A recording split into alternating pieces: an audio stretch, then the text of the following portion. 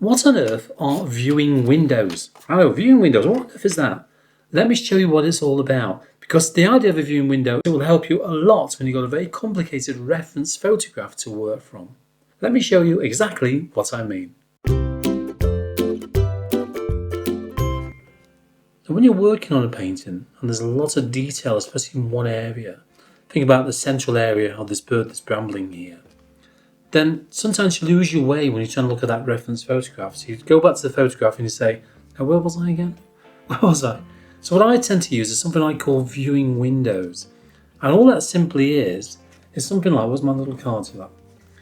This sort of thing here, with small holes cut out the middle of them. And what this basically does, it isolates one area. So let's take, for example, it's got a medium one like that.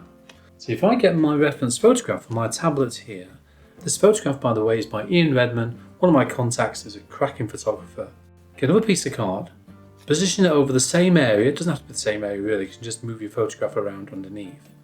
And then you can use the two, just put that over there a minute so you can see what I'm doing, to compare the details in that one small area. So what I can do now, I can even zoom into that small area like so, and start working in the same place on here. See what I mean? So that's the idea behind my little viewing windows. It just saves your eyes getting lost within all the rest of the detail. Now if you're working on something like a dog, a cat, you see the detail involved in that. So using a method like this, wrong photo, using a method like this, then you find it works really well for that purpose. To do this, what you need is plenty of scrap watercolour paper or just standard card, anything like that will do. You want a bit of a thickness to it really, to be honest with you. And you can either cut out a square out of a piece of scrap watercolour paper like that, little square in there, or circle any shape that you want. Another way I've done this, by the way, is by folding the card over like that. Look. Just fold it over like this. I know, get ready for this. And cut a small curve out of that. There you go, and that flicks across my art room.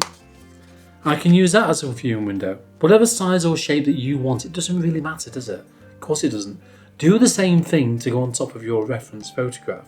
As for the shapes, what you can do as well, anything that's round or square, this is one of my brushes here, look, and I can use the top of that to draw around that if I wanted to. Just put that over there a minute, like so. Okay. So you can create a little tiny circle, anything like that will be fine, or even, I don't know, a plastic milk bottle lid, anything like this if you want a large circle, which you can obviously then cut out. And also a lid off a permanent marker pen, one of these blue markers, there you go. So I could use that one, obviously, to draw around as well, and then cut out that circle. Okay, so have a look around your house and see what you can find that you can draw around.